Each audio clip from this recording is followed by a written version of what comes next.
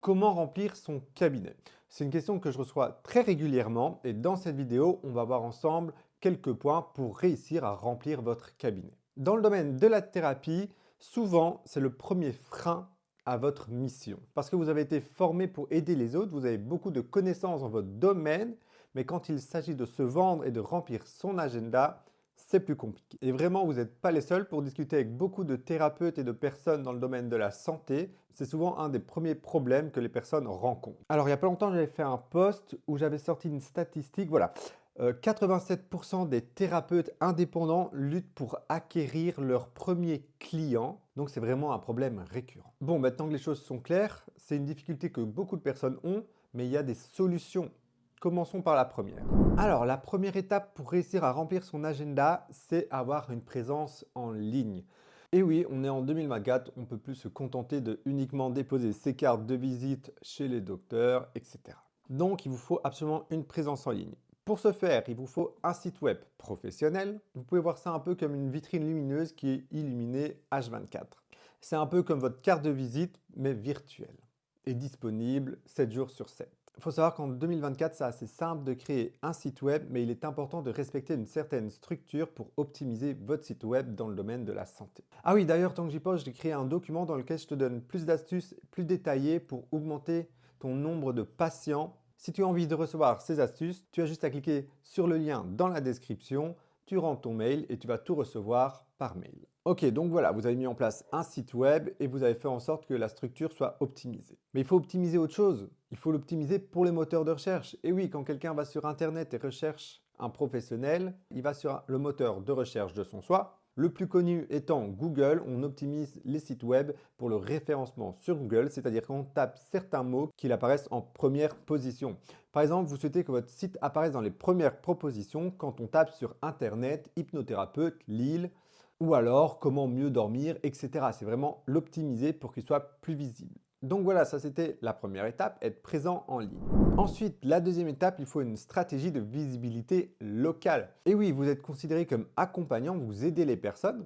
Vous pouvez le faire en visio ou en présentiel, mais beaucoup de personnes aiment avoir le contact avec le professionnel et donc le voir en physique. Et donc pour ce faire, il faut améliorer votre visibilité dans les alentours de votre région où il y a votre cabinet. Et oui, le but c'est pas de quand on est par exemple en Italie comme marque psychologue qu'on tombe sur vous.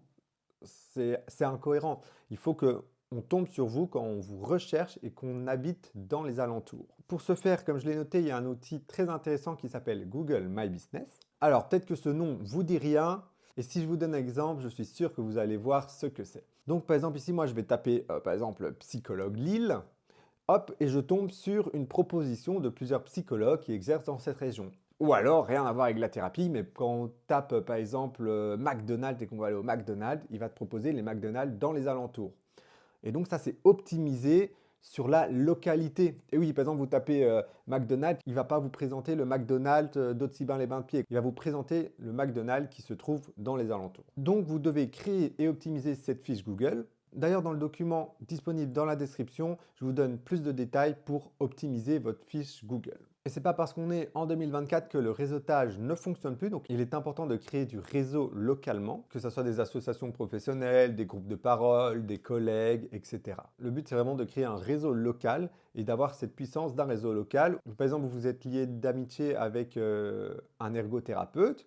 Il y a un client qui va voir cet ergothérapeute, mais cet ergothérapeute ne sait pas l'aider pour ses problèmes actuels, mais il se souvient, ok, mon collègue un tel, lui, il peut vous aider pour ça, donc je vous redirige vers lui. Donc c'est toujours important de garder aussi un réseau local. Bon, si vous avez suivi, on est toujours en 2024 et il commence à y avoir de plus en plus de concurrence dans le domaine de la santé. Il y a de plus en plus de professionnels qui sont diplômés pour ça, qui ont des formations, des diplômes dans le domaine. Bon, heureusement, la demande ne diminue pas, elle augmente, mais il est important de sortir du lot. Et donc pour sortir du lot, il faut que vous puissiez avoir un domaine d'expertise dans lequel vous êtes expert. Ça vous permettra d'acquérir plus de patients. Alors, on pourrait se dire que le fait de se spécialiser dans un domaine, on a moins de patients parce qu'on passe de généraliste à spécialisé dans quelque chose. Donc, une source potentielle de beaucoup de patients à très peu de patients. Mais ce n'est pas le cas. Il faut savoir que le fait d'être spécialisé, ça n'a que des avantages. De un, vous êtes plus visible sur une spécialité. De deux, vous avez une liaison plus forte avec le patient potentiel parce que vous connaissez ses points de douleur. comment vous pouvez l'aider. Et donc en marketing, ça a une grosse impact parce que, ok, vous êtes spécialisé ça. Je vais vous donner un exemple concret. À un moment, je devais me faire opérer de la main. Donc on m'a mis une petite vis dans le pouce. J'avais le choix entre deux hôpitaux. Un où c'était un chirurgien plus généraliste et un où c'était un chirurgien spécialisé dans la main. Vous devinerez la suite, j'ai bien évidemment choisi le chirurgien spécialisé dans la main. Mais c'est la même chose dans le domaine de la thérapie. Et comme je l'ai noté ici, ça permet de mieux connaître son client idéal. Donc vous allez connaître plus en profondeur ses besoins et ses attentes et vous allez pouvoir l'aider au mieux. Alors le prochain point, c'est l'utilisation des avis et des témoignages. Ce qu'on appelle tout simplement en marketing la preuve sociale. Alors, comme je l'ai noté là, il est important d'avoir des avis. Pourquoi? Prenons un exemple. Vous devez acheter un nouvel article, vous allez sur Amazon et vous avez la possibilité de choisir entre deux articles. Le premier article, il a 0 étoile, 0 commentaire. Et le deuxième article, il a 4 étoiles sur 5 et plus d'une centaine d'avis. Lequel vous choisissez? Comme la plupart des gens, vous choisissez celui qui a le plus d'avis. Et d'avis positifs, bien évidemment. Donc voilà, je ne pense pas que j'ai besoin d'aller plus loin. L'exemple est très parlant, c'est quelque chose d'important et qui renforce votre crédibilité et votre professionnalisme. Alors là, on arrive sur un point un peu tricky pour la plupart des thérapeutes, donc la sollicitation de témoignages.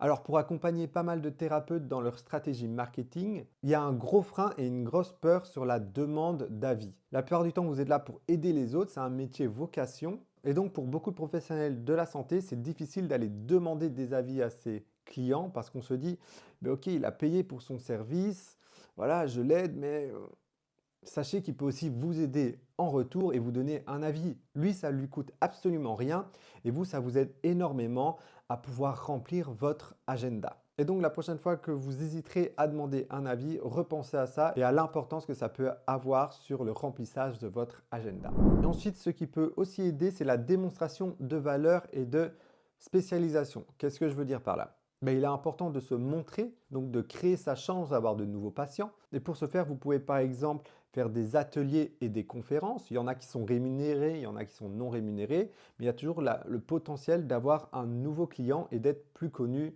dans la région. Ça, on le met un peu entre parenthèses, le session de consultation gratuite, parce que vous êtes un professionnel, vous avez des formations, vous ne travaillez pas pour rien. Après, ça peut toujours être intéressant dans une stratégie où voilà, vous proposez une première consultation gratuite et puis les prochaines consultations sont payantes. Mais bon, ça dépend de tout un chacun. C'est une stratégie évoluée. Honnêtement, si vous mettez en place les premiers points dont on a parlé, ça vous aidera déjà pas mal pour remplir votre cabinet. Et si tu veux voir les 2-3 astuces supplémentaires, tu peux aller sur le lien dans la description, tu rentres ton mail et dans le document que tu vas recevoir, tu auras des conseils supplémentaires. Donc voilà, j'espère que cette petite vidéo a pu t'aider. Et moi, en attendant, je te dis à la prochaine.